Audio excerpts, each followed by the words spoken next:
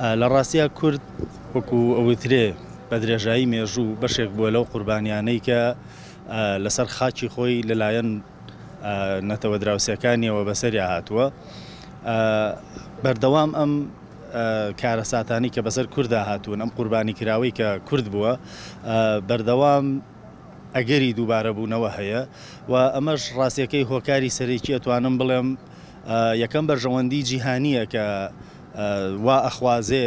کە بۆ نمونە لەگەڵ دەسەڵاتێک لەگەڵ دەوڵەتێک لەگەڵ هێزێکدا بن، دوو هەموو نەبوونی کەیسی کووردە بە کەیسێکی یەکپارچەیی نێودەوڵەتی وە خۆخۆری کورد لە ناو خۆیان هەمیشە وای کردووە کە هۆکارێکی ئاسان بێ یان خۆی بۆ خۆی یارمەتی دەرێک بێ بۆ ئەوەی دەستی وڵاتانی دیکە و بە تایبەتی وڵاتانی دراوسێ بۆ سەرخاچی کوردستان و ئەم کوشتارانی کە لە ناو کووردا ڕوو کە بەسەر کووردا دێن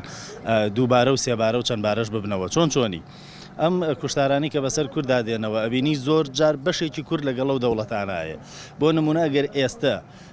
تۆ ناڕزایی دەرببڕە دژی هێرشەکانی تورکیا لە بەشێکی لەم هەرێمەی کوردستانە ناتوانانی ئەو ناڕزایەتیانە دەرببڕی، دژی هێرشەکانی ئێران ناتوانانی. بۆ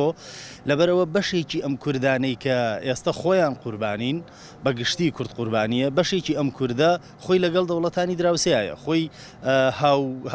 بڵێن هاوبەرژەوەندیە یا بە هەر هۆکارێک گرنتیمانەوەی ئەم پەیوەستە بە پشتگیریکردنی ئەو وڵاتەی دراوسێ. ئەگەر ئەو وڵاتی دراوسێ پشتگیری نەکا گرنتیمانەوەی نەکا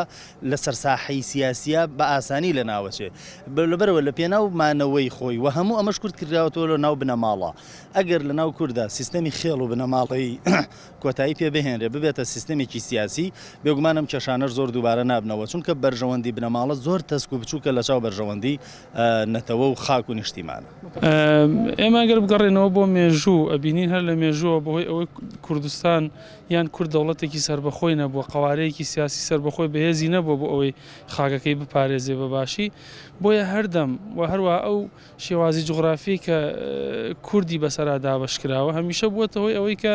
دەوڵەتە زلهێزەکان خاکەکەی بە ئاسانی داگیر بکەن و هاوڵاتیانی بکوژن و شوێنە گەشتیارەکانی لەناوبەرن بە ئاسانی، چونکە یاسانە و دەوڵەتیەکان بۆ ئەگەر بۆ وڵاتان جێبەجێ بکرێ ئەوە بۆ کورد بەڕاستی یاسانە و دەوڵەتیەکان ڕەچاو ناکرێ و هەر کاتێ بیانەوێ هێرشەکەن لەسەر ئەم پارچە و ئەو پارچەی کوردستان و خاپۆری ئەەکەن لە ناوی ئەبەن خاک و ئاوی ئەسووتێنن وەکانی و لادیەکانی بەڕاستی بەسەریەکا وێرانەکەن. ئەمە وەکارەکەی بەڕاستی هەر بۆ ئەو ئەگەڕێتەوە کە کوردستان خاوەنی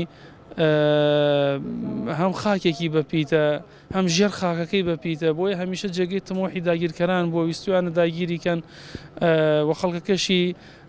دیفاعیان کردووە، بەڵام لەبەر ئەوەی قەوارەیەکی بەهێز نەبووە ئەم دیفاع سوودێکی ئەو تۆی پێ نەگەیاندون بەڕاستی بۆ ئەوەی بە باشی بتوانن خاکی خۆیان پارێز. گرنگترین شتەوە ئێمە یەک بین لە ناو خۆمان، یەک قسە بین، یەکمان خۆش بوێ، زوڵم لە یەک نەکەین، گەندەڵی بنبڕکەین، هەتاوەکو گەندەڵی بنبڕ نەکەین. خۆشەویستی بۆ خاک دروست نابێت لەلایەن گەنجەکانمانەوە کە خۆشەویستیش دروست بوو، گەنج و لاو و پیر و هەمووی ئامادەی خۆی لە پێناوی خاکەکە بەختکە. بەس کەی ئەمە دروستە بێ کاتێک دەوڵەتێکی عەدل و دادگەرمان هەبێ، هەتا ئەمە دروست نەبێ بەڕاستی ئەو شێوازە لە پاراستن لە خاکی کوردستان نایەتە ئارە. بە دڵنیاییەوە مادام ئێمە خاکەکەمان کراوەیە بەڕووی دەوڵەتانە، بۆیە هەر دەوڵەتێ بیەوێت تەراتێ نەکا لە وڵاتەیە بەڕاستی یاسایەک نییە، یعنی ڕێگری لێ بکەن نەیەڵێ ئەم دەوڵەتانە بەم شێوازە تەعامولکەن، بەڵام بەڕاستی گرنگترین شت ئەگەڕێتەوە بۆ ئەوەی ئێمە بە تایبەتی ئەم پارچەی کوردستان کەوتونەتە عێراق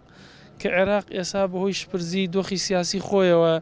سەروەری بە جۆرە لە جۆرەکان لە دەست داوە. هەر وڵاتێ بیەوێتە داخولی تیاکە، هەر وڵاتێ بیەوێ بە ئارزوی خۆی خێر و بێری ئەبا، هەر وڵاتێ بیەوێ بەڕاستی سیاسەتی بە جۆرە ئاڕاستە ئەکا کە خۆی بیەوێ، کە ئەمە بەڕاستی بووەتەوەی ئەوەی کە کوردستانیش بەوەی ئەوەی بەشێکە لە عێراق هەمان شێواز بیگرێتەوە و نەتوانێت بە وەکو پێویست سنوورەکانی بپارێزێ.